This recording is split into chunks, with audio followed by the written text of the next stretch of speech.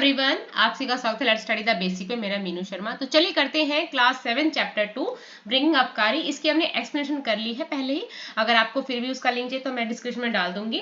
आप स्टार्ट करते से क्वेश्चन आंसर्स बहुत ईजी है। स्टार्ट करते हैं उससे पहले मैं आपसे रिक्वेस्ट करना चाहूंगी, अगर आपको हमारी वीडियोस अच्छी लगती है, कहीं भी आपके लिए हेल्पफुल है, तो प्लीज हमें सब्सक्राइब करें। स्टार्ट करते हैं। तो फर्स्ट क्वेश्चन है, द एनक्लोजर इन विच करी live had a thatched roof that lay on thick tree stumps. Examine the illustration of Curry Pavilion on page 8. Say why it was built that way.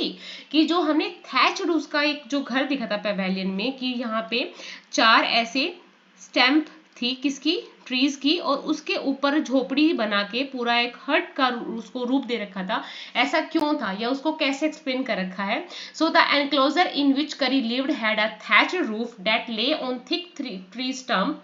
ये ऐसा इसलिए था ताकि जब भी वो कहीं चले, ठीक है, जब करी चले तो उसका जो बम्प है किसी चीज से, पोल से टकराए तो वो टूटे ना, गिरे ना उसका घर। सो द एनक्लोजर इन विच करी lived had a thatched roof that ले on thick tree stump. It was built that way so that as to make sure that it would not fall if Curry bumped against the poles as he moved about. कि जैसे वो हिले या चले तो उसके bump से जो उसका घर है वो गिरे ना। डिड करी enjoy his morning bath in the river. क्या वो अपने जो बैथ होता है रिवर में उसको इंजॉय करता है। गिव अ रीजन, आप रीजन बताइए। यस, बिल्कुल करी बहुत इंजॉय करता है अपने बाथ को। So Kari use to enjoy his morning bath in the river. He would lie down on the sand and the author would rub his back with clean sand for an hour. 1 घंटे तक उसकी जो back है उसकी massage करता है clean sand से। Post that he would stay in the water for a long time. और इसके बाद बहुत लंबे टाइम तक वो पानी में रहता है। फाइंडिंग गुड ट्विंग्स फॉर करी took a long time. Why. करी के लिए बहुत अच्छी ट्विंग्स को पाना एक बहुत लंबा टाइम लेता है। क्यों। So the author would climb all varieties of trees to get the most delicate twigs for Kari. कि उसको तरह तरह के पेड़ों के ऊपर चढ़ना पड़ता है ताकि वो करी के लिए डिलीशियस ट्विंग्स लेके आ सके। If a twig was deformed, अगर जो ट्विंग है वो डिफॉर्म है, अच्छे से नहीं है, so elephant would not even touch it, वो उसको नहीं टच करेगा। So finding good twigs for a Kari took a long time. इसलिए अच्छी अच्छी डेलिकेट सी ट्विंग्स लाने के लिए उसको टाइम लग जाता है। Why did Curry push his friend into the stream? करी ने अपने फ्रेंड को स्ट्रीम में मतलब नदी में क्यों पुश कर दिया। So Curry pushed his friend into the stream because there was another boy who was drowning in the river. क्योंकि वहां एक और बच्चा था, एक और लड़का था जो पानी में डूब रहा था। और Curry alone was not able to take the boy out of the water. और Curry अकेला उस बच्चे को बाहर नहीं निकाल पा रहा था, इसलिए उसने अपने दोस्त को पुश कर दिया स्ट्रीम में। करी वॉज लाइक अ बेबी। करी एक बच्चे जैसा था। What are the main points of comparison. अब इस कंपेरिजन कैसे बताऊंगी कोई एक बच्चे जैसा था। So good lesson had to be taught to him, कि उसको अच्छे से लेसन समझाए जाते थे, कैसे चलना है, कब बैठना है, कब तेज चलना है। Manners of eating, seating etcetera had to be taught, उसको खाने का मैनर्स, बैठने का मैनर्स सिखाया जाता था। He use to steal fruits from the dining table of the house. जैसे बच्चे कभी कभी जो उनको अच्छा लगता है उसको चुरा लेते हैं या ले लेते हैं, ऐसे ही जो डाइनिंग टेबल से वो भी जो फ्रूट्स है उसको स्टील कर लेता था। तो ये पॉइंट्स कुछ बताए गए हैं।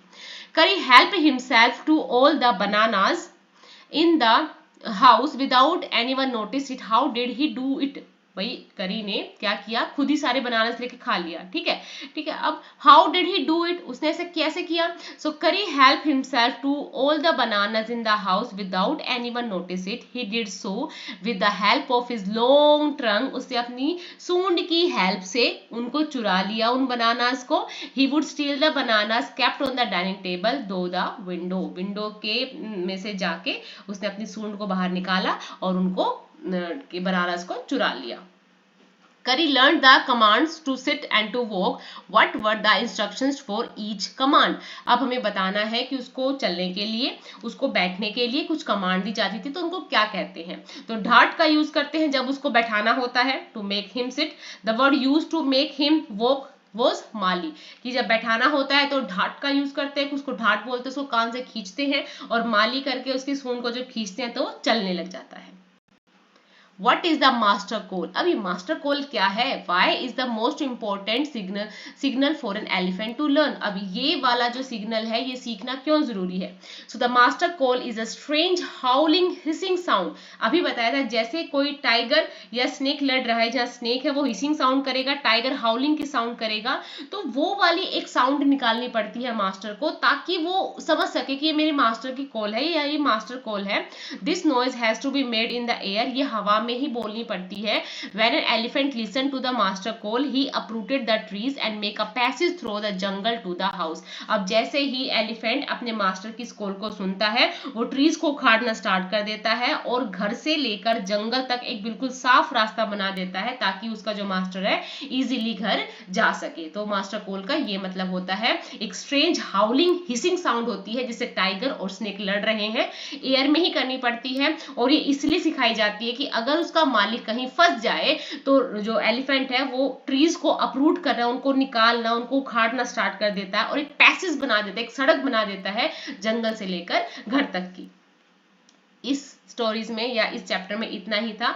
आई होप आपको क्वेश्चन अच्छे लगे होंगे और आपको समझ में भी आए होंगे। ऐसे ही शाइन करते रहे, बढ़ते रहे। Thank you and keep watching.